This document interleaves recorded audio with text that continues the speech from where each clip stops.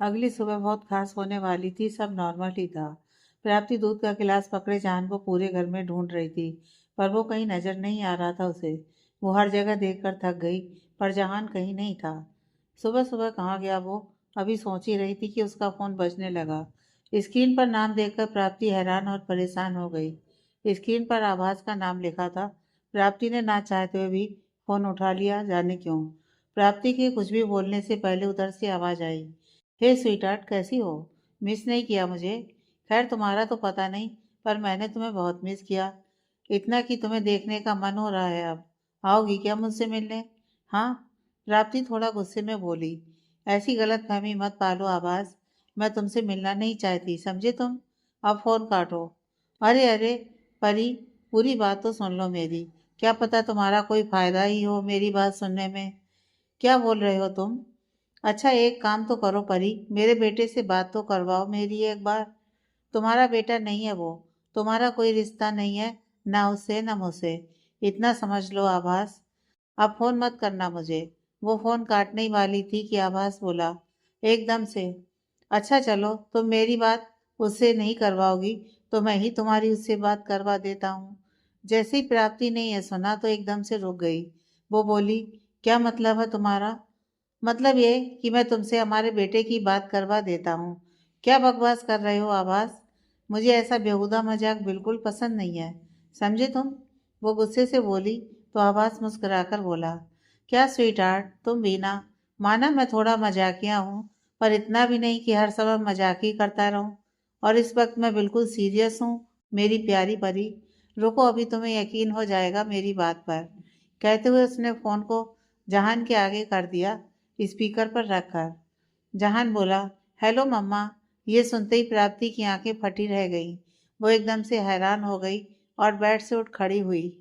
वो हकलाते हुए बोली, जहान बच्चे, आप ठीक तो हो ना? हाँ मम्मा, मैं तो बिल्कुल ठीक हूँ। चॉकलेट खा रहा हूँ मैं। ये अंकल ने मुझे बहुत सारी चॉकलेट दी है।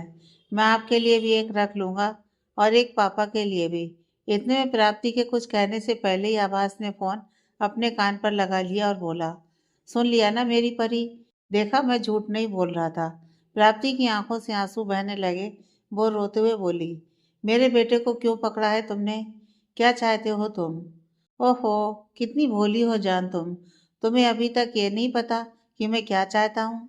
अरे मेरी भोली सी परी, मैं तो बस तुम्हें चाहता हूँ हमेशा से, और बस तुम्हें ही चाहता रहूंगा।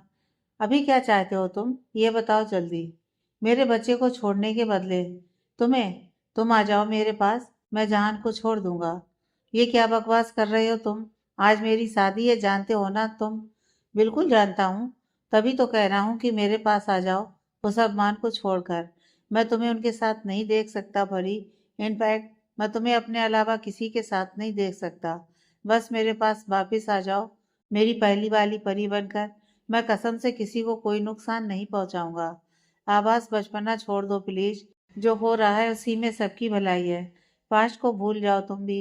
और कुछ पहले जैसा नहीं हो सकता है, समझो बात को। हो सकता है, बस तुम मेरे पास आ जाओ, मैं सब पहले जैसा कर दूंगा, प्रॉमिस। मैं कभी नहीं आऊंगी तुम्हारे पास। तुम मेरे बच्चे को छोड़ दो, नहीं तो मैं पुलिस कंप्लेन कर दूंगी।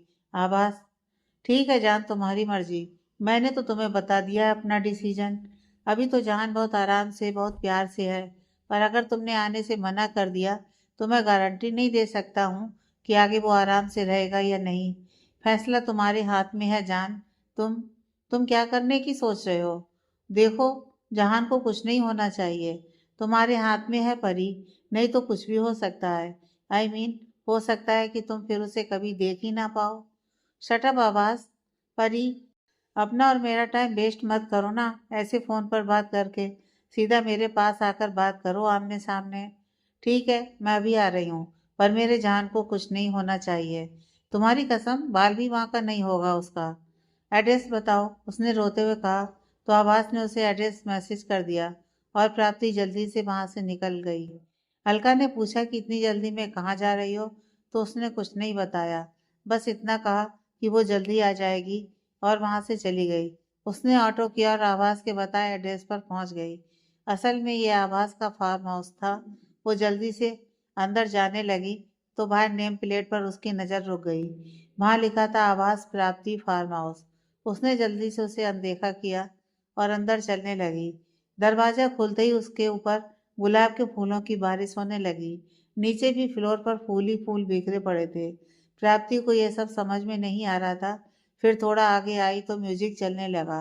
बाहरों फूल बरसाओ, मेरा महबूब आया है, मेरा महबूब आया है। इतने में आवाज बाहर आया और बोला, वेलकम माई लव, वेलकम। आज ये फार्म हाउस तुम्हारे आने से खिल उठा है। तुमने बाहर नेम प्लेट तो देखा होगा ना, हमारे नाम लिखे थे उस पर। जहान कहाँ है? प्राप्ति ने उसकी बातों को इग्नोर करते हुए पूछा तो वो बोला, रिलैक्स परी, यही है, वो बहुत आराम से है। तुम आ गई हो ना, अब तो उसे कोई कुछ कर ही नहीं सकता। मैं यहाँ उसे लेने आई हूँ, उसे अपने साथ लेकर जाने। हाँ हाँ, हाँ, पर उससे पहले तुम्हें कुछ रस्में निभानी होंगी ना, तभी ऐसा पॉसिबल है। कैसी रस्में? क्या बोल रहे हो तुम? आवाज उसके पास आया और उसे कंधे से पकड़कर बोला, कुछ ज्यादा नहीं है परी, बस एक ही रस्म है, शादी की रस्म। बस मेरे साथ फेरे लेने हैं, वरमाला पहनानी है और मांग में सिंदूर भरना है ना, इतना ही। बाकी तो सब रस्में हो चुकी है ना, मेहंदी, हल्दी, संगीत। हाँ बस, मेहंदी में उसका हाथ पकड़कर मेहंदी को देखते हुए, दूल्हे का नाम गलत है, पर कोई बात नहीं, मैं बाद में खुद से ठीक कर दूंगा। प्राप्ति ने अपना हाथ उसके हाथ से खींचकर छुड़वाया और दूर होते हुए बोली, दिमाग खराब हो गया है क्या तुम्हारा आभास? आज मेरी शादी है मान के साथ। प्राप्ति के मुंह से अभिमान के लिए मान शब्द सुनकर वो बोला, ओहो, अभिमान का मान? हाँ, क्या बात है परी, बहुत ज्यादा नजदीकियां नहीं बढ़ गई तुम्हारी उस अभिमान के साथ? हाँ हाँ, क्योंकि वो मेरे होने वाले पति है। गलत, एकदम गलत जान। तुम्हारा होने वाला पति वो अभिमान नहीं, मैं हूँ, आभास। एक सरप्राइज तो दिखाना भूल ही गया मैं तुम्हें। वो देखो उधर। उसने एक तरफ इशारा करते हुए कहा तो प्राप्ति उस तरफ देखते ही हैरान हो गई और आभास बहुत बड़ी खुशी के साथ उधर देख रहा था। प्राप्ति सामने देखकर हैरान रह गई। वो बोली, ये सब, ये सब क्या है आभास? आवाज उसके पीछे से उसके कंधे पर सर रखते हुए बोला, परी शादी का मंडप है ना, देखो तो कितना सुंदर सजाया है। पता है, अपने इन हाथों से सब किया है मैंने तुम्हारे लिए, क्योंकि मैं चाहता हूँ कि मैं इन पलों को और भी ज्यादा खूबसूरत बना दूँ। वैसे तो तुम्हारा साथ होना ही मेरे हर पल को खूबसूरत बना देता है, पर क्या है ना, ये शादी वाले पल है ना, ये सबसे ज्यादा खास होते हैं। और फिर एक ही बार तो शादी करनी होती है ना इंसान को। तो बस मैंने अपनी परी के साथ एक नई शुरुआत करने के लिए ये सब किया। अब बस तुम लाल जोड़े में दिख जाओ तो इन आंखों को भी चैन पड़ जाए। मैंने वो भी तुम्हारे लिए खास अपनी पसंद से बनवाया है, दिखाऊं? वो सामने आकर बोला तो प्राप्ति बोली, आवाज बंद करो अपना ये पागलपन और सीधे सीधे जहान को मुझे सौंप दो। घर पर सब लोग ढूंढ रहे होंगे मुझे, और जहान को भी। किसी को बताकर नहीं आई मैं। अरे वाह परी, ये तो अच्छा किया तुमने, किसी को बताया नहीं, तो अच्छी बात है ना। वैसे भी कहते हैं ना, इस हीरे की तरह होता है, बचाकर रखना चाहिए दुनिया की नजरों से। चुप करो और जान को मेरे साथ भेज दो, प्लीज, मैं हाथ जोड़ती हूँ तुम्हारे सामने। वो हाथ जोड़ते हुए बोली तो आवाज उसके हाथों को अपने हाथ में थाम कर बोला, परी कहा ना मैंने, मैं उसे कुछ नहीं करूंगा। आखिर मेरा भी कुछ लगता है वो, कुछ क्या, हमारा ही तो बेटा है ना, हम दोनों का। तो मैं उसे नुकसान नहीं पहुंचाऊंगा। बस शर्त तुम्हें बता दी है मैंने, सब सेटल्ड है। मंडप है, मंडप की तरफ देखते हुए, दुल्हन है, प्राप्ति की तरफ इशारा करके, दूल्हा भी है, खुद की तरफ इशारा करते हुए, और हाँ, पंडित जी भी हैं, बुलाकर रखा है मैंने उन्हें। बस जब तुम और मैं तैयार हो जाएंगे तो मैं उन्हें रूम से ले आऊंगा। तो बस और क्या चाहिए भला। चलो जल्दी से शादी करते हैं और पहले की तरह एक हो जाते हैं, हमेशा के लिए। पर इस बार मैं तुम्हें खुद से दूर नहीं जाने दूंगा। उसके गाल पर हाथ रखते हुए प्राप्ति ने झटके से उसका हाथ दूर किया और बोली, मुझसे दूर रहकर बात करो आभास। क्यों, क्या हुआ परी? मैं कोई गैर हूँ? देखो मैं आभास हूँ, तुम्हारा आभास, वही आवाज जिससे तुम प्यार करती थी। तुम मेरे लिए सब कुछ छोड़कर आ गई थी यहाँ, वही तो हूँ। अब तो मैं खुद तुम्हारे पास आ गया हूँ परी, कभी नहीं जाऊंगा मैं तुम्हें छोड़कर। बहुत प्यार दूंगा, हम साथ रहेंगे हमेशा हमेशा। हमारा रिश्ता पहले से भी ज्यादा मजबूत और गहरा बना दूंगा मैं, देखना तुम। प्राप्ति अब तक धीरे बोल रही थी, पर अब जोर से गुस्से से चिल्लाई, बस करो आभास, बस करो, इनफ इज इनफ। कब से सुन रही हूँ तुम्हारी बकवास। पहली और आखिरी बात कि मेरा तुमसे कोई रिश्ता नहीं है, और पास्ट में जो था वो मेरी गलती थी, भूल थी मेरी, जिसके लिए आज मुझे बहुत पछतावा हो रहा है। पर क्या करूँ, मैं उसे अब ठीक नहीं कर सकती ना। लेकिन फ्यूचर में ऐसी कोई गलती नहीं करने वाली मैं अब। तुमसे और कोई रिश्ता तो दूर की बात है, मैं अब तुमसे इंसानियत का रिश्ता तक नहीं रखना चाहती। बस दूर चले जाओ हमारी ज़िंदगी से, अकेला छोड़ दो हमें हमारी ज़िंदगी में। प्लीज़ आवाज़, चले जाओ हमसे बहुत दूर। वो रोते हुए बोली तो आवाज़ बोला, अरे नहीं नहीं परी, रो मत प्लीज़। और रही बात दूर होने की, तो तुम जानती हो ना, अब ये पॉसिबल नहीं है परी। मैं तुम्हारे साथ रहना चाहता हूँ बस। देखो मैं वादा करता हूँ तुमसे, सब कुछ पहले जैसा कर दूंगा मैं। बस मेरा साथ दे दो, सब कुछ छोड़कर मेरे साथ रहो, मेरी बनकर बस। वो अभिमान को छोड़ दो। जितना प्यार मैं तुम्हें करता हूँ ना, वो अभिमान कर ही नहीं सकता। वो बस तुम्हें इम्प्रेस करने के लिए करता है सब कुछ। वो नहीं करता प्यार तुमसे, मानो मेरी बात। धोखेबाज है वो, एक नंबर का। तुम्हें क्या पता तुमसे पहले कितनी लड़कियों के साथ रहा होगा वो। उसकी बात सुनकर प्राप्ति को गुस्सा आ गया, और वो उसका कॉलर पकड़ते हुए बोली, बस करो तुम अपनी बकवास। तुम्हें कोई हक नहीं बनता उनके बारे में कुछ भी उल्टा सीधा बोलने का। वो मेरे लिए मेरे सब कुछ है, और उनके करेक्टर के बारे में तो तुम कुछ कहो ही मत।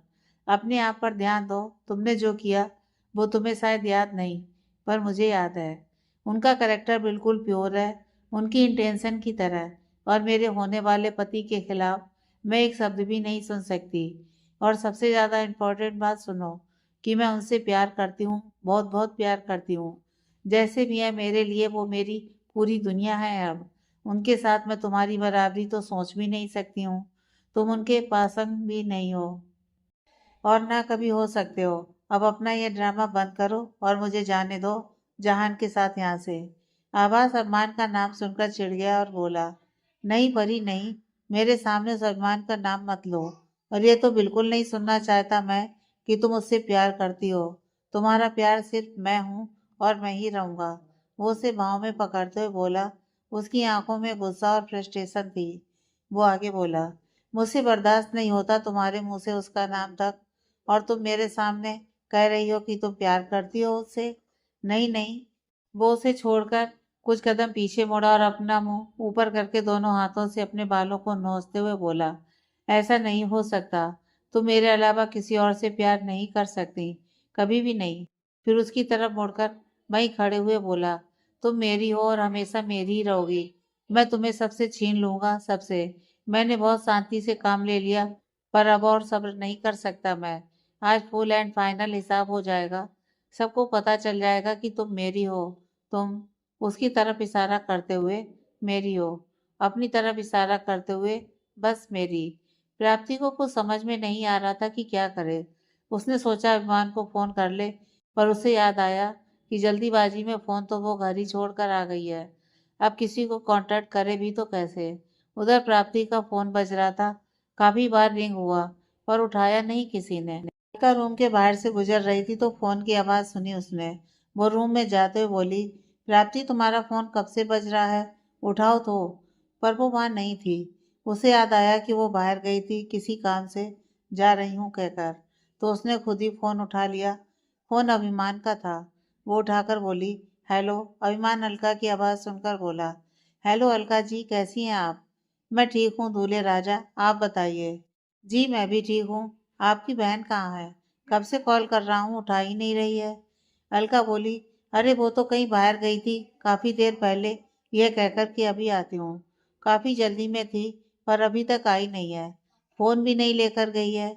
अच्छा, अभिमान हैरानी से बोला, पर वो इतनी सुबह कहाँ जा सकती है, वो भी बिना बताए, और ऊपर से आज के दिन। अब अभिमान को थोड़ी टेंशन होने लगी थी। वो आगे बोला, अच्छा जहान कहाँ है, उससे बात करवाइए, शायद उसे कुछ पता हो।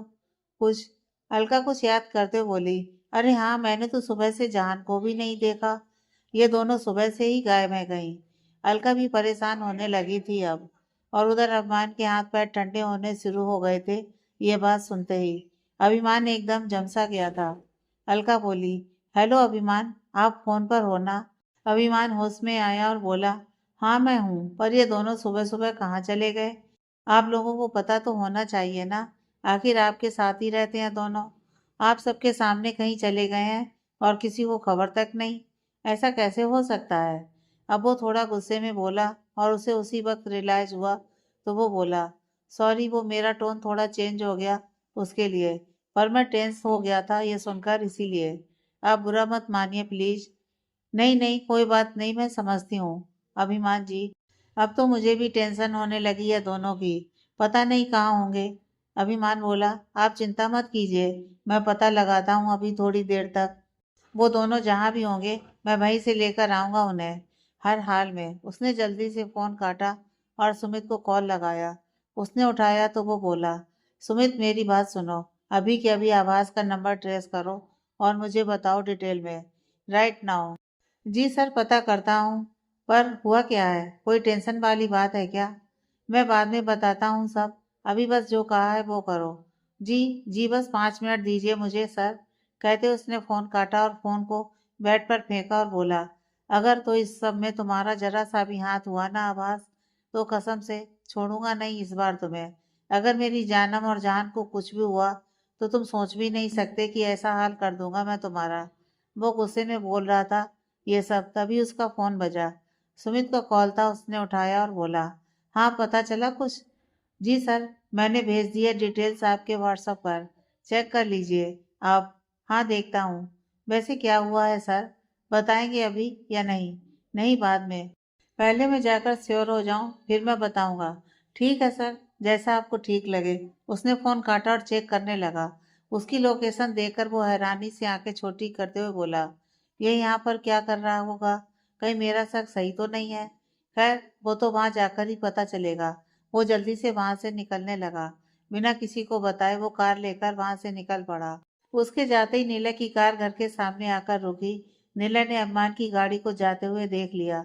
वो पहले उसे फोन करने लगा, पर फिर उसने उसे कॉल न करके सीधे उसकी गाड़ी का पीछा करना ठीक समझा और गाड़ी उसकी गाड़ी के पीछे लगा दी। अभिमान बहुत तेजी से गाड़ी चला रहा था और साथ में उसके दिमाग में बहुत कुछ आ रहा था। वो हर ख्याल को झुटलाना चाहता था, पर परिस्थिति के हिसाब से वो ऐसा नहीं कर पा रहा था। वो अब जल्दी से वहां जाकर सब कुछ सॉर्ट करना चाहता था। उधर फार्म हाउस में प्राप्ति को कुछ समझ ही नहीं आ रहा था कि वो आवाज से बोली, मुझे जहान से मिलना है। हाँ हाँ, मिल लेना ना परी, बस उससे पहले मेरी बात मानने के लिए हाँ कर दो, फिर मिल लेना आराम से। मुझे अभी उससे मिलना है प्लीज। अभी क्या? अभी मिलवा दूंगा ना परी, बस हाँ कर दो शादी के लिए। क्योंकि वो क्या है ना, मैं कोई रिस्क नहीं लेना चाहता हूँ तुम्हें लेकर। और हाँ, मैं तुम्हारे लिए बहुत लालची हो रहा हूँ, जानता हूँ, पर मैं क्या करूँ? मैं परी, मैं नहीं रह सकता तुम्हारे बिना। बस इसलिए जब तक तुम मेरी होने के लिए मान नहीं जाती, तब तक तुम हमारी शादी के लिए हाँ नहीं कर देती, तब तक तुम जान से भी नहीं मिल सकती हो। आवाज, तुम ठीक नहीं कर रहे हो ये सब। हाँ जानता हूँ परी, मैं क्या कर रहा हूँ, मैं मजबूर हूँ। तुमने सुना ही होगा ना कि प्यार और जग में सब कुछ जायज है, तो बस मैं भी गलत नहीं हूँ। बस मेरा पर्सपेक्टिव अलग है, बाकी फैसला तो तुम्हारे हाथ में है। मेरी प्यारी परी, सिर्फ एक हाँ तुम्हारी सब कुछ ठीक कर सकती है और एक ना तुम्हारी सब कुछ तबाह कर सकती है मेरे हाथों से। बाकी देखो तुम अब। प्राप्ति कुछ नहीं बोली, बस चुपचाप खड़ी थी। फिर कुछ देर बाद वो बोली, ठीक है, मुझे मंजूर है। ये सुनकर आभास एकदम हैरान हो गया और खुश होते हुए बोला, क्या कहा परी तुमने? एक बार फिर से कहना। मुझे लगा मेरे कान बज रहे हैं, या सच में तुमने वही कहा जो मैंने सुना है? मैंने कहा मुझे मंजूर है। प्राप्ति अपने आंसू पोंछते हुए एक जगह देखते हुए बोली, बिना किसी हलचल के। आवाज से सुनकर खुशी के मारे जमीन पर ही गिर गया। वो फिर उठकर उसके सामने आया और बोला, मुझे पता था परी तुम मान जाओगी। मुझे पता था, क्योंकि तुम भी कहीं ना कहीं तो आज भी मुझे चाहती हो। बस कुछ मजबूरियों की वजह से तुम मुझसे दूर हो। पर बस अब नहीं, अब हम दोनों साथ रहेंगे हमेशा के लिए। वो उसे बाहों से पकड़ते हुए खुश होकर बोला। पर प्राप्ति यूं ही खड़ी थी, कोई एक्सप्रेशन नहीं थे उसके चेहरे पर, बस खाली आंखें थीं। जिससे उसने एक नज़र आवाज को देखा और फिर नजरें फेर ली। आवाज जल्दी से दौड़ते हुए गया और रूम से एक लाल जोड़ा लेकर आया और प्राप्ति के सामने करते हुए बोला, ये लो परी, और जाओ जाकर मेरी परी से मेरी दुल्हन बन जाओ। अब और इंतजार नहीं कर सकता मैं। उसने वो लाल जोड़ा उसके हाथ में थमा दिया। और प्राप्ति ने चुपचाप उसे थाम लिया। अभिमान की गाड़ी बिल्कुल फार्म हाउस के बाहर आकर रुकी और वो जल्दी से नीचे उतरा। फार्म हाउस के दरवाजे तक आकर उसने नेम प्लेट की तरफ देखा तो प्राप्ति का नाम आवाज के नाम के साथ देखकर वो सब कुछ समझ चुका था। बिना देर किए वो बस अंदर की तरफ बढ़ने लगा। बाहर वाला मेन गेट तो खुला था पर अंदर वाला छोटा गेट लॉक था। अभिमान इधर उधर देखने लगा, कुछ ढूंढने लगा लॉक तोड़ने के लिए, पर कुछ मिल नहीं रहा था। वो बाहर आया और इधर उधर देखकर पूरी जगह का जायजा लेने लगा। उसने पीछे की तरफ जाकर देखा तो वहां एक पाइप थी, सीधा छत की तरफ जा रही थी। पर प्रॉब्लम यह थी कि चढ़ने के लिए कोई सपोर्ट नहीं थी वहां। उसे याद आया कि उसकी गाड़ी में एक रस्सी रखी होगी। उसने जल्दी से जाकर चेक किया तो उसे रस्सी मिल गई। रस्सी लेकर जल्दी से वो आया और रस्सी को ऊपर फेंककर छत तक पहुंचाने की कोशिश करने लगा। काफी देर तक कोशिश करने के बाद जाकर रस्सी छत पर पहुंची और वहां अटक गई। अभिमान ने रस्सी को खींचकर देखा तो वो पक्की हो चुकी थी। वो रस्सी के सहारे पाइप पर चढ़ने की कोशिश करने लगा। हालांकि उसे दिक्कत हो रही थी क्योंकि पाइप से बार बार उसका पैर फिसल जाता, पर वो रुका नहीं। बार बार वो चढ़ने की कोशिश करता रहा और किसी तरीके से वो ऊपर पहुंच गया। उसके हाथ छिल चुके थे, ऑलमोस्ट रस्सी को पकड़कर रखने की वजह से। पर इस वक्त उसका ध्यान सिर्फ प्राप्ति और जहान की तरफ था। वो जल्दी से सीढ़ियों की तरफ भागा और वहां भी एक दरवाजा था, पर अब अभिमान को कंट्रोल नहीं हुआ। उसने वहां से एक ईंट उठाई और ताले पर जोर से मारी, जिससे ताला तो टूट गया पर उसकी आवाज नीचे तक पहुंच गई और आवाज के कान खड़े हो गए। उसने जल्दी से पलटकर देखा तो सामने अभिमान सीढ़ियों से नीचे उतर रहा था। प्राप्ति ने जैसे अभिमान को देखा उसकी आंखों में आंसुओं के साथ साथ एक चमक भी आ गई और वहीं आवाज की आंखों में गुस्सा, हैरानी, डर सब एक साथ दिखने लगे थे। अभिमान को देखकर आवाज एकदम चौंक गया क्योंकि उसने तो सोचा भी नहीं था कि वो इतनी जल्दी उस तक पहुंच जाएगा। अभिमान ने प्राप्ति की तरफ देखा जो आंसुओं से भरी आंखों से उसकी तरफ देख रही थी। प्राप्ति की आंखों में आंसू देखकर अभिमान को बहुत गुस्सा आया। उसने अपने हाथ की मुट्ठियां कस लीं और अब वो सीढ़ियों से उतरकर नीचे आने लगा तो आवाज ने जल्दी से जाकर प्राप्ति का हाथ पकड़ लिया। अभिमान नीचे उतरकर आया और बोला, क्या हुआ मिस्टर आवास, मेरा स्वागत नहीं करोगे? मानता हूँ बिना बुलाए आया हूँ, पर मेहमान तो मेहमान होता है ना, फिर वो बिन बुलाया ही क्यों ना हो। ये तो गलत बात है ना। हमारी भारतीय संस्कृति भूल गए हो तुम क्या? वो आगे बढ़ते हुए बोल रहा था तो आभास बोला, वहीं रुक जाओ अभिमान, आगे बढ़ने की कोशिश भी मत करना। वो गन निकालते हुए बोला, मेरे पास गन है, उसकी तरफ पॉइंट करते हुए। वहीं रुक जाओ नहीं तो मुझे गोली चलाने में टाइम नहीं लगेगा। अभिमान मुस्कुराते हुए बोला, अरे अरे, मुझे इस खिलौने से डराना चाहते हो तुम? बड़े हो गए हो तुम, अब ये खिलौने से दूसरों को डराना बंद करो। कहते हुए वो आगे बढ़ रहा था। अभिमान को देखते हुए प्राप्ति रोते हुए बोली, मान आप आ गए, मुझे पता था आप मुझे ढूंढ लेंगे। अभिमान ने उसकी तरफ देखा पर कुछ बोला नहीं क्योंकि प्राप्ति की आंखों में आंसू देखकर ऑलरेडी उसे आवाज पर बहुत गुस्सा आ रहा था। उसने बस आवाज की तरफ देखा जिसने प्राप्ति का हाथ कसकर पकड़ा हुआ था। प्राप्ति आवाज से अपना हाथ छुड़ाने की कोशिश करते हुए बोली, छोड़ो आवाज मेरा हाथ। क्यों? अब ये आ गया है इसलिए इसके पास जाना चाहती हो ना परी? मैंने पहले ही कहा था ना कि अब तुम सिर्फ मेरे साथ रहोगी। आखिरकार शादी होने वाली है हमारी, बीवी बनने वाली हो मेरी, और मैं अपनी होने वाली बीवी को किसी और के पास जाने की परमिशन नहीं दे सकता। बकवास मत करो आवाज, मुझे जाने दो प्लीज। अभिमान ने अब आवाज की तरफ देखा और बोला, प्राप्ति का हाथ छोड़ दो आवाज, उसे दर्द हो रहा है। आवाज अभिमान को कोल्ड लुक देते हुए बोला, मैं जानता हूँ उसका हाथ कब पकड़ना है और कब छोड़ना है, उसे कब कितनी तकलीफ होती है, मुझे सब पता है। मेरी परी है वो, तुमसे कुछ सीखने की जरूरत नहीं है मुझे। सालों से जानता हूँ मैं उसे, और तुमसे पहले। वैसे अच्छा किया जो तुम यहाँ खुद आ गए। वो क्या है, अभी बस कुछ ही देर में हम दोनों शादी करने वाले हैं और यहाँ हम दोनों और पंडित जी के अलावा कोई मेहमान शामिल नहीं था। तो चलो तुम ही सही, एटलीस्ट कोई तो होगा ना। तुम देखना अपनी आंखों से हमारी शादी होते हुए। फिर वो प्राप्ति की तरफ देखते हुए बोला, चलो जाओ ना परी, तुम ये जोड़ा पहन कर आओ जल्दी। मैं अब और नहीं तरसना चाहता तुम्हें इस जोड़े में देखने के लिए, तुम्हें अपनी दुल्हन के रूप में देखने के लिए। जाओ, वो सामने रूम है, वहां चेंज कर लो और बाकी सब सामान भी तुम्हें वहीं मिल जाएगा। तुम आराम से तैयार हो जाओ जाकर। वो रूम की तरफ इशारा करते हुए बोला।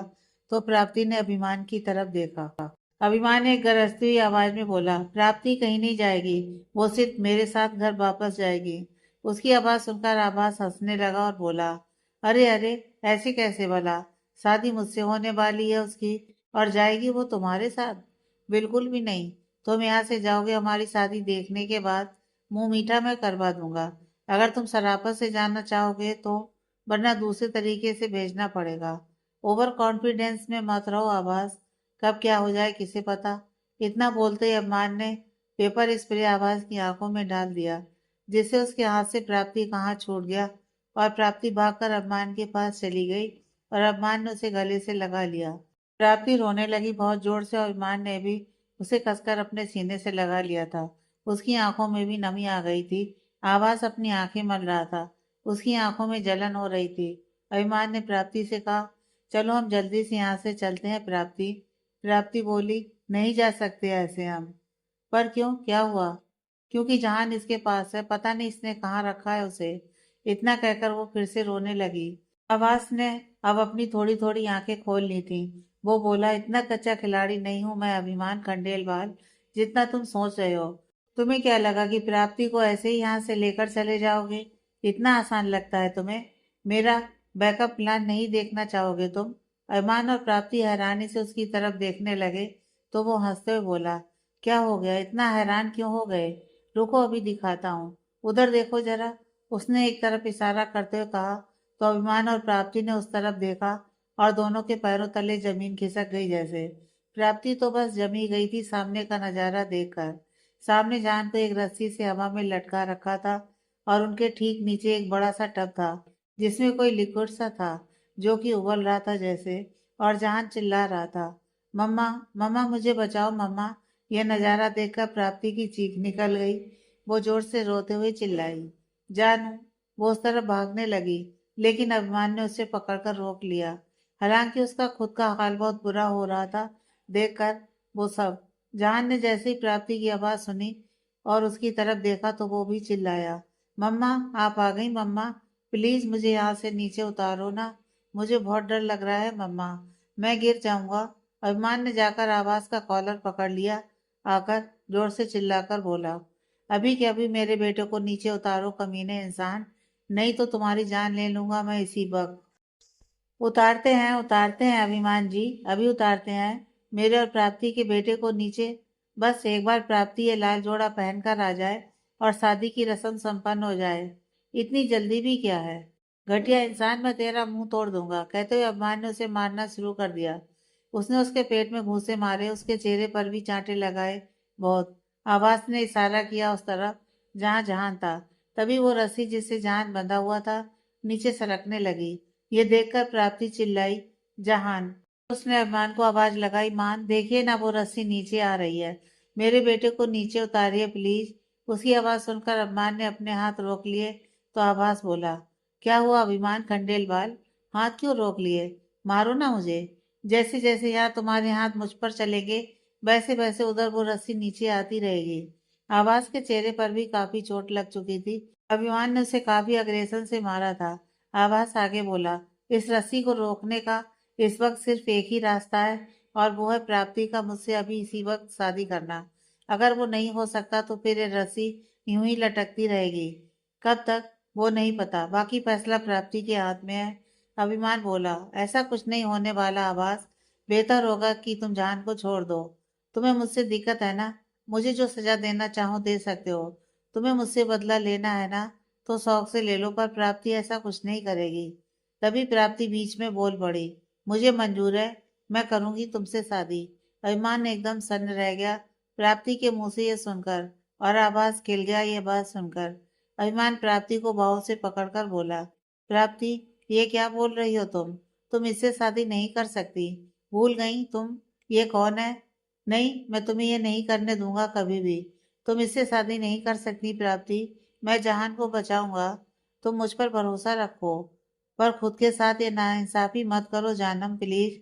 इस वक्त सबसे जरूरी हमारे बेटे की जान है मेरे लिए मान, जिसे बचाने के लिए मैं खुद को खत्म भी कर सकती हूँ। तो ये शादी क्या चीज है? मेरे बेटे की जान की कीमत ये शादी है तो ठीक है, मुझे मंजूर है। इतना कहकर वो बिना कुछ बोले या सुने रूम की तरफ चल दी, एक रोबोट की तरह। और अभिमान लाचार सा खड़ा बस देखता रह गया। प्राप्ति धीमे कदमों से आगे बढ़ रही थी, आंखों में बेहिसाब आंसू थे, दिल में तकलीफ थी। बहुत कदम भारी हो रहे थे, चलना मुश्किल लग रहा था, पर एक मजबूरी के चलते वो ऐसा करने के लिए खुद को धकेल रही थी बस। अभिमान उसे रोकना चाहता था, पर सामने जहान की हालत देखकर खुद को समेटे हुए था। मन तो कर रहा था कि अभी आवाज को जान से मार दे, पर प्राप्ति और जहान की वजह से वो बंधा हुआ था और उसी का फायदा आवाज उठा रहा था पूरी तरह से। प्राप्ति अंदर गई और जमीन पर बैठकर बिलख कर रोने लगी। वो सामने पड़े जोड़े को देखकर और जोर से रोने लगी। वो ऊपर देखते हुए बोली, जिस जोड़े को पहनकर मैं खुशी से नई शुरुआत करना चाहती थी, आज के दिन आज वही जोड़ा देखकर मुझे बदतर हो रही है, गुस्सा आ रहा है। ये लाल जोड़ा नहीं, बेड़ियां लग रही हैं मुझे, जिनमें मैं ना चाहते हुए भी खुद को बांधने जा रही हूँ। और आप होगी बैठे बैठे बस तमाशा देखते रहते हो, कुछ नहीं करना चाहते आप। पहले एकदम से खुशियों से दामन भर दिया और अब उसका बदला ले रहे हो, ये मजबूरियों का फंदा मेरे गले में डालकर। कितनी खुश थी मैं आज, और एक पल में आपने सब पलट कर रख दिया, ऐसे दो राय पर लाकर खड़ा कर दिया मुझे कि समझ में नहीं आ रहा कि कहाँ जाऊं। जहान को चुनूंगी तो मान को खो दूंगी, और मान को चुनूंगी तो जहान को खो दूंगी, और मैं दोनों के बिना जी नहीं सकती। दोनों मेरे लिए जरूरी हैं, दोनों में से एक भी मुझसे दूर हुआ तो मैं जी नहीं पाऊंगी। भोलेनाथ प्लीज कुछ तो कीजिए, मेरी जिंदगी आपके हाथों में है, अब कोई तो चमत्कार कीजिए, नहीं तो आप आज के बाद अपनी इस परम भक्त को खो देंगे। प्लीज कुछ कीजिए। काफी देर तक यूं ही खुद को तैयार किया और उठकर वो शादी का जोड़ा पहना। श्रृंगार को देखकर गुस्सा आ रहा था उसे, मजबूरी में करना पड़ा। फिर तैयार होकर बाहर आई तो आवाज भागते हुए उसके पास आया और उसे बाहों से पकड़कर बोला, अरे वाह, बहुत खूबसूरत लग रही हो परी तुम, बहुत ही ज्यादा। दुनिया की सबसे खूबसूरत दुल्हन हो तुम मेरी नजरों में। पर ये क्या, आंखों में आंसू नहीं होने चाहिए तुम्हारी, मेकअप खराब हो जाएगा परी, रोना बंद करो। आज तो खुशी का दिन है, तुम तो चाहती थी ना मुझसे शादी करना। आज वो हो रहा है, तुम्हारा इतना पुराना सपना सच हो रहा है। खुश हो जाओ ना, चलो जल्दी से शादी करते हैं। तुम रुको यहीं, मैं पंडित जी को लेकर आता हूँ। कहते हुए वो रूम में चला गया, जहाँ उसने पंडित जी को शायद बांध रखा था या कैद करके रखा था। उन्हें लेकर आने के लिए प्राप्ति ने अपमान की तरफ देखा, जो लाचारी से भरी नजरों से उसे कब से देख रहा था। आंखों में लाचारी के साथ साथ अब आंसू भी थे उसके। प्राप्ति ने उसे नामे से हिलाकर न रोने के लिए कहा, जबकि वो खुद भी रो रही थी। तभी आवाज वापिस आया पंडित जी को लेकर।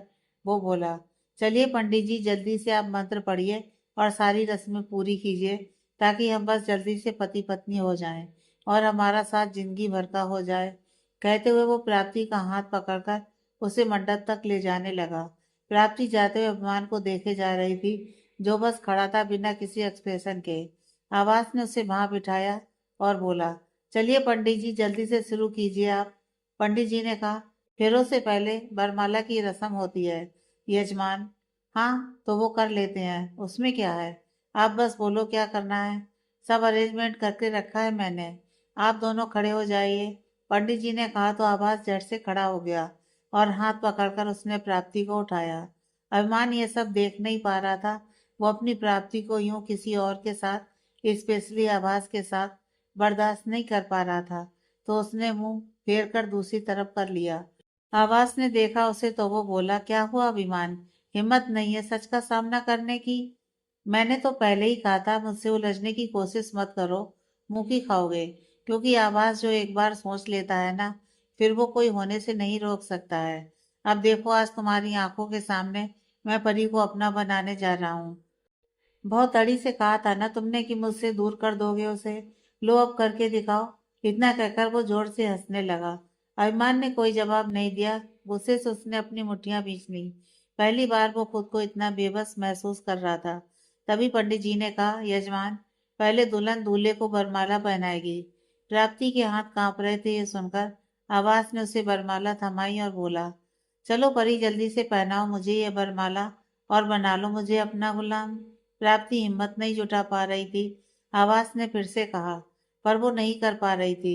फिर आवास ने खुद ही उसके हाथ आगे करके अपने गले में वरमाला डाल ली। फिर खुद भी जल्दी से उसके गले में डाल दी। फिर पंडित जी ने उन्हें बैठने के लिए कहा तो बैठ गए दोनों। हालांकि प्राप्ति से हर काम आवाज जबरदस्ती करवा रहा था। पंडित जी ने मंत्र पढ़ने शुरू किए, तभी उन्हें एक आवाज आई, किसी के चिल्लाने की।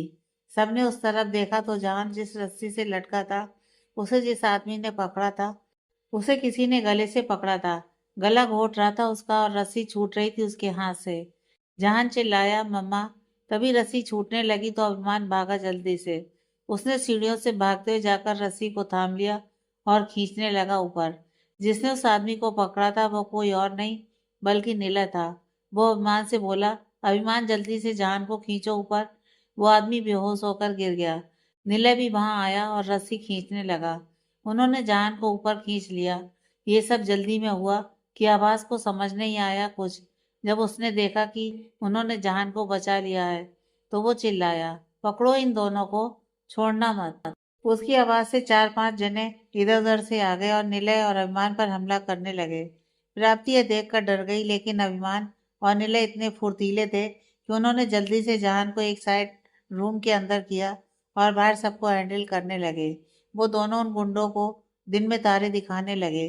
आवाज को गुस्सा आया तो वो पंडित जी से गुस्से से बोला, हे पंडित, जल्दी से मंत्र बोल और ये शादी संपन्न कर। अगर उनके यहाँ आने से पहले ये शादी नहीं हुई तो आज यहाँ से तेरी अर्थी जाएगी। याद रखना, इसलिए बस जल्दी कर। पंडित जी डर गए और जल्दी से मंत्रोच्चारण करने लगे। उधर नीला ने जैसे ये देखा कि आवाज फेरे लेने की तैयारी कर रहा है, उसने अभिमान से कहा, अभिमान तू नीचे जाकर उसे रोक, यहाँ मैं सब संभालता हूँ। जैसे अभिमान ने नीचे देखा कि आवाज जबरदस्ती प्राप्ति के साथ फेरे लेने की कोशिश कर रहा है, वो सब छोड़कर भागा। आवाज ने स्पीड बढ़ा ली उसे देखकर, पर अभिमान जल्दी से वहां आया और आवाज को गुस्से से गिरेबान से पकड़कर पीछे की तरफ धकेलते हुए लेकर गया और दीवार से सटा दिया और बोला, ले पलट गया एक बार फिर वक्त। अब तू मुझे बता कि क्या हासिल करूं मैं तेरा। मेरी प्राप्ति से शादी करना चाहता है ना तू। मेरे बेटे को जान से मारने की धमकी दी थी ना तूने। चल अब मैं तुझे बताता हूँ कि एक बाप और एक पति की असली ताकत क्या होती है। इतना कहते हुए वो उसे फिर से प्राप्ति के सामने लेकर गया, घसीटते हुए, और उसके कदमों में धक्का देकर गिराया। उसने आवाज जोर से जाकर प्राप्ति के कदमों में गिरा और अभिमान बोला, यह है तुम्हारी असली जगह, प्राप्ति के कदमों में, क्योंकि तुम यही रहने लायक हो ना कि उसकी जिंदगी में और उसके दिल में। क्योंकि जितनी घटिया हरकत तुमने आज की है ना, उसके बाद तो तुम्हें अगर मैं इसी वक्त फांसी के फंदे पर भी लटका दूं ना, तो वो भी कम होगा। आवाज उठने ही वाला था कि अभिमान ने जाकर उसे पकड़ा और उठाया एक हाथ से। आवाज ने भी पलटवार करने की कोशिश करते हुए उसके हाथ को झटक दिया और मारने को हुआ। एक घूंसा अभिमान के चेहरे पर लगा, जिससे वो थोड़ा पीछे हट गया, और उसी का फायदा उठाकर आवाज ने प्राप्ति को पकड़ लिया और बोला, इतनी भी क्या जल्दी है अभिमान जी, पहले हमारी शादी की रस्म तो पूरी होने दीजिए, उसके बाद मार लेना मुझे जितना चाहो। मैं हंसते हंसते खाऊंगा तुम्हारी मार, पर परी से शादी तो करनी है मुझे, बस, हर कीमत पर। कहते हुए वो प्राप्ति को पकड़कर वापस मंडप में लेकर गया। प्राप्ति अपना हाथ छुड़वाने की कोशिश कर रही थी, पर आवाज ने पंडित जी को जोर से चिल्लाकर बोला, ओए पंडित, जल्दी से बचे हुए मंत्र पूरे कर और फेरों की रस्म खत्म करवा। पंडित बेचारे डरते हुए मंत्र बोलने लगे और आवाज प्राप्ति को खींचकर चलाने लगा कि अभिमान ने आकर उसे बाहर खींचा और उसे बस बिना रुके मारने लगा। वो अब आवाज को एक सेकंड का मौका नहीं दे रहा था अभिमान। उसके मुंह से नाक से खून बह रहा था। प्राप्ति को कुछ समझ ही नहीं आ रहा था कि क्या रिएक्ट करे। तभी नीला जहान को लेकर नीचे आ गया और जान भागते हुए प्राप्ति के पास आया। मम्मा। प्राप्ति उसे देखकर भागी उसकी तरफ और नीचे बैठ गई और उसे अपने सीने से लगा लिया और रोने लगी। फिर उसका मुंह चूमने लगी हर तरफ से, जैसे एक माँ करती है जब अपने बच्चे से देर बाद मिलती है। और यहाँ तो वो मौत के मुंह से बाहर आया था। एक तरह से तो प्राप्ति का क्या हाल होगा समझा जा सकता है आसानी से। जहान भी रो रहा था। वो बोला, मम्मा आप आ गई। मैं बहुत डर गया था। पता है वो अंकल बहुत बुरे हैं। उन्होंने पहले मुझे चॉकलेट्स दी और फिर मुझे ऐसे बांध दिया, मुझे लगा मैं आपसे कभी मिल नहीं पाऊंगा अब। इतना कहकर वो फिर से उसके गले से लग गया। प्राप्ति ने उसे सीने से कसकर लगा लिया और बोली, नहीं बच्चे, ऐसा कुछ नहीं होगा। आपकी मम्मा और पापा है ना आपके पास। कोई आपको टच भी नहीं कर सकता। तुम्हें वैसे कहीं चोट तो नहीं आई ना? वो उसे चेक करते हुए बोली तो जान के हाथों में थोड़ी सी खरोंच आई थी, जिसे देखकर प्राप्ति रोने लगी और उसके हाथ चूमने लगी। जान बोला, अरे मम्मा, ये तो थोड़ी सी चोट है, बस इसे मैं नहीं डरता। आप क्यों डर रही हो? मैं ठीक हूँ, एकदम आपका स्ट्रांग बच्चा हूं ना मैं। प्राप्ति मुस्कुरा दी। इधर अरमान का पारा बहस से पार कर चुका था। वो रुकने का नाम ही नहीं ले रहा था। वो मारते हुए बोला, अब नहीं आवाज, अब बहुत हो चुका तुम्हारा खेल। तुमने मेरी शराफत देखी है अभी, अब तुम मेरा गुस्सा देखोगे कि मेरी फैमिली को टारगेट करने का क्या अंजाम होता है। कहते उसने उसे दीवार से लगाया और मारने लगा तो आवाज हाथ जोड़ने लगा और बोला, बस करो अभिमान, बस करो, मुझे माफ कर दो प्लीज। मैं आज के बाद कभी ऐसा नहीं करूँगा। मुझे छोड़ दो अब प्लीज। इतनी जल्दी थक गए तुम? बहुत जोश था अभी थोड़ी देर पहले तक तो, जब तक सिचुएशन तुम्हारे कंट्रोल में थी, और अब बस हो गई तुम्हारी जब तुम खुद फंस गए हो। हाँ, तुम थक गए हो पर मैं नहीं, और मैं थकूंगा भी नहीं, क्योंकि अभी तो मुझे प्राप्ति के आंखों से बह रहे एक एक उस आंसू का बदला लेना है जिसकी वजह तुम हो आभास। मैंने कसम खाई है प्राप्ति के सर की कि उसकी तकलीफ की वजह को मैं इतनी तकलीफ दूंगा कि उसे समझ में आ जाए कि जब तकलीफ होती है तो कैसा लगता है आखिर। उसने उसे इतना मारा कि उसका चेहरा पूरा सूज चुका था। खून बह रहा था पर अरमान उसे छोड़ने का नाम नहीं ले रहा था। अभिमान फिर उसे उस तेजाब के टब के पास लेकर गया और बोला, तुम इसमें मेरे बेटे को फेंकने वाले थे ना? एक काम करते हैं, इसका टेस्ट ट्रायल तुमसे करते हैं ना? आखिर तुमने काफी मेहनत की होगी ना इसे बनाने में, तो मेहनत वेस्ट नहीं होनी चाहिए ना तुम्हारी। उसने उसे धकेलना शुरू किया तो आवाज मिन्नतें करने लगा, प्लीज अभिमान, मुझे छोड़ दो ना, मैं अभी के अभी यहाँ से चला जाऊंगा, तुम्हारी जिंदगी से, तुम सबसे दूर चला जाऊंगा। बस मुझे माफ कर दो, जाने दो मुझे यहाँ से, हाथ जोड़ता हूँ मैं तुम्हारे आगे। वो गिड़गिड़ा रहा था। अभिमान पूरे गुस्से में था इस समय। जैसे उसने प्राप्ति की तरफ देखा तो प्राप्ति ने उसे ना का इशारा करते हुए समझाया, ऐसा नहीं करने के लिए। अभिमान ने खुद को जैसे तैसे कंट्रोल किया और उसे घसीटते हुए प्राप्ति के सामने लाया। फिर से तभी सब लोग भी उसी फार्म हाउस में एकदम से एंटर हुए, जिसमें प्राप्ति के मम्मी पापा, अलका, कुसांग, अभिमान और मॉम डैड, निशा और शिल्पी, विद्या, सब लोग वहां पहुंच चुके थे। वहां का माहौल देखकर सब हैरान थे। अभिमान ने आभास को पकड़ रखा था, उसका चेहरा प्राप्ति की तरफ था। अभिमान बोला, लो प्राप्ति, तुम्हारी जिंदगी के दुखों और तकलीफों की वजह आज तुम्हारे सामने खड़ी है। हिसाब बराबर कर लो आज अपने हर आंसू का। इसके बाद हम इस वजह को अपनी लाइफ से दूर फेंक देने वाले हैं, क्योंकि आज के बाद मैं इसकी परछाई तक तुम्हारे आसपास भटकने नहीं दूंगा।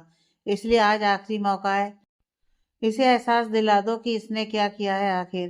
प्राप्ति धीमे कदमों से आंखों में आंसू लिए उसकी तरफ बढ़ने लगी। मन में हलचल थी काफी। वो सब समय जो बीत चुका है वो सब आंखों के आगे किसी फिल्म की तरह चल रहा था। आवाज का जिंदगी में आना और उसके बाद एक एक कर सब होना आज उसे ऐसे याद आ रहा था जैसे कुछ जख्म जो दोबारा से खुलने लगे हों।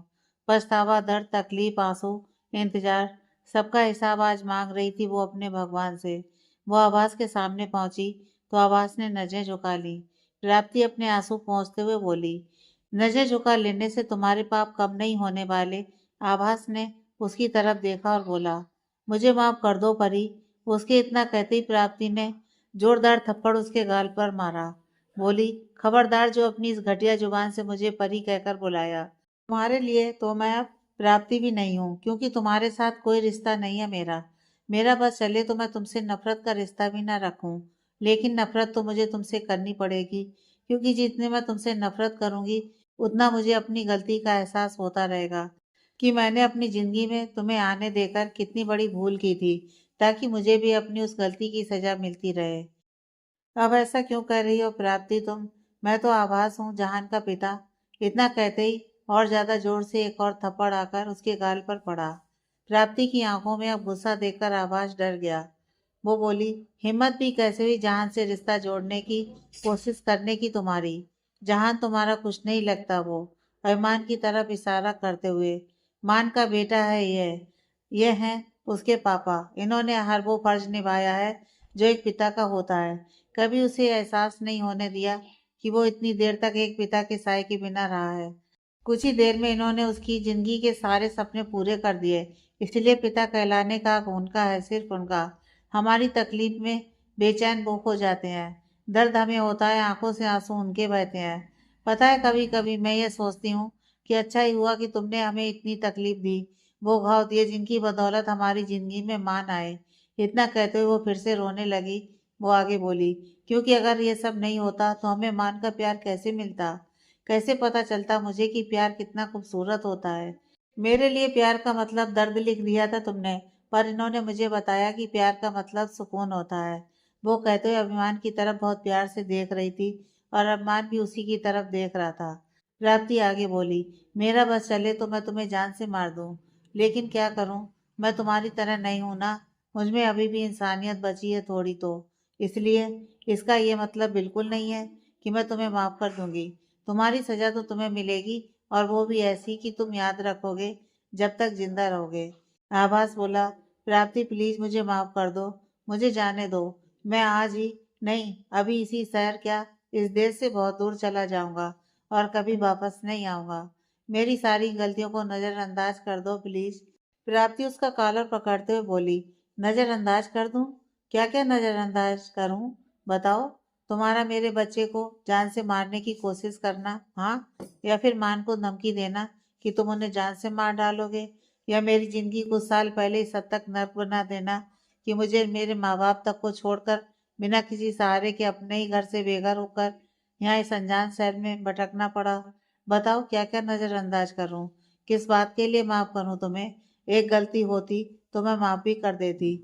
मुझे तकलीफ देने के लिए एक बार मैं तुम्हें माफ करने के बारे में सोच भी सकती थी, लेकिन तुमने मेरे बेटे को मारने के लिए इतना घिनौना खेल खेला जिसके लिए मैं तुम्हें माफी तो क्या, ना ही वो चीज कभी भूल भी नहीं सकती। तुम्हें जब तक तुम्हारी गलतियों की सजा न मिल जाए तब तक मैं चैन से नहीं बैठने वाली। आभास। अभिमान तभी बोला, तुम चिंता मत करो प्राप्ति, इसे सजा दिलवाना मेरा काम है, और ऐसी सजा दिलवाऊंगा कि ये तो क्या, इसकी आने वाली 7 पीढ़ियां तक याद रखेंगी। तभी एकदम से पुलिस वहां आ जाती है, तो सब लोग हैरान हो जाते हैं पुलिस को देखकर। निलय आगे आया और बोला, जी इंस्पेक्टर, मैंने ही आपको कॉल किया था। फिर आवाज की तरफ इशारा करते हुए, यह है वो घटिया इंसान जिसने मेरे भतीजे को किडनैप किया, और तो और उसे जान से मारने की कोशिश भी की। और हाँ, मेरी भाभी से, जो कि ऑलरेडी शादीशुदा है, मेरे दोस्त अरमान के साथ। उनसे ये जबरदस्ती शादी करना चाहता था, उनकी मर्जी के खिलाफ। इसे कड़ी से कड़ी सजा दीजिए आप। प्राप्ति और अरमान की शादी के बारे में सुनकर आवाज की आंखें फटी रह गईं। उसे समझ में नहीं आया कुछ, तो अरमान उसके सामने आया और बोला, क्या हुआ, झटका लगा ना? लगना ही चाहिए था वैसे। हाँ, सही सुना है तुम्हारे कानों ने। मेरी और प्राप्ति के पास जाकर उसे थामते हुए, प्राप्ति की शादी हो चुकी है, वो भी कोर्ट मैरिज, जो कि मैंने सगाई से अगले दिन ही जाकर रजिस्टर कर ली थी, क्योंकि कहीं ना कहीं हमें पता था कि तुम अपना शातिर दिमाग दौड़ाने की पूरी कोशिश करोगे।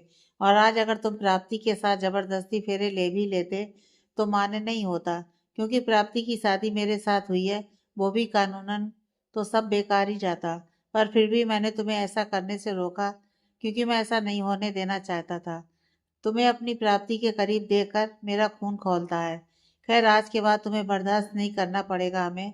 ले जाइए इसे इंस्पेक्टर, हमारी नजरों से दूर, नहीं तो मैं खुद इसका गला घोट दूंगा। इंस्पेक्टर ने हवलदार से उसे हथकड़ी पहनाने को कहा और बोले, आप बिल्कुल चिंता मत कीजिए, इसे कानून ऐसी सजा देगा कि ऐसी हरकतें करना तो दूर, सोच कर भी कांप जाएगा ये। फिर वो आवाज को वहां से लेकर जाने लगे। आवाज ने बहुत मिन्नतें की अभिमान और प्राप्ति के आगे, लेकिन उन्होंने इसे इग्नोर करना ही ठीक समझा। उसके जाने के बाद सबने राहत की सांस ली, और जान भागते हुए प्राप्ति और अभिमान के पास आया और उन्होंने उसे कसकर गले से लगा लिया। तभी सब लोग भी उनके पास आए। वो अभी तक एक कोने में खड़े होकर सब देख रहे थे। अभिमान और प्राप्ति सबको देखकर हैरान हुए। तो नीला ने बताया कि जब अभिमान यहाँ आ रहा था तो नीला ने उसे फॉलो किया, और जब यहाँ आकर उसने यहाँ के हालात देखे तो उसने सबको यहाँ आने के लिए फोन कर दिया, और पुलिस को भी। अभिमान बोला, वाह यार शाबाश, तुम्हारा प्रेजेंस ऑफ माइंड तो कमाल का है, हैट्स ऑफ टू यू। बाकी सब भी खुश हुए निलय की समझदारी देखकर। प्राप्ति अपनी मम्मी के गले से जा लगी। वो भी आज बहुत खुश थी कि आखिरकार उनकी बेटी की जिंदगी से आभास का साया हमेशा के लिए हट चुका है। सब लोग बहुत खुश थे। सबने भगवान का धन्यवाद मनाया और जहान को उसकी दादी ने जाकर जोर से सीने से लगा लिया और रोने लगी। तो जहान बोला, अरे दादी, मैं बिल्कुल ठीक हूँ, कुछ नहीं हुआ है मुझे।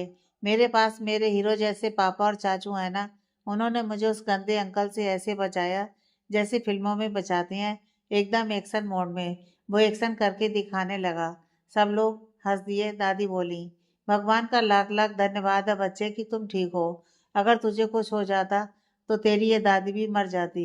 ये बोलते ही जान ने उनके मुंह पर हाथ रखा और बोला, ना दादी, ऐसी गंदी बातें नहीं करते। मम्मा कहती हैं हमें हमेशा अच्छी अच्छी बातें करनी चाहिए। भगवान जी नाराज हो जाते हैं गंदी बातें करने से। अच्छा ठीक है मेरे बच्चे, मैं नहीं करूंगी ऐसी बातें। पर आज के बाद तुम कहीं मत जाना हमें छोड़कर। हाँ, आई प्रॉमिस दादी, मैं कहीं नहीं जाऊंगा अब से। किसी गंदे अंकल की बात नहीं मानूंगा कभी। हाँ ठीक है। फिर सब लोग बारी बारी से उनसे मिले और जान को खूब प्यार किया और फिर सब लोग घर जाने के लिए निकलने लगे वहां से। कुसांग ने अलका को आवाज लगाई तो वो उनके पास आकर बोली, जी।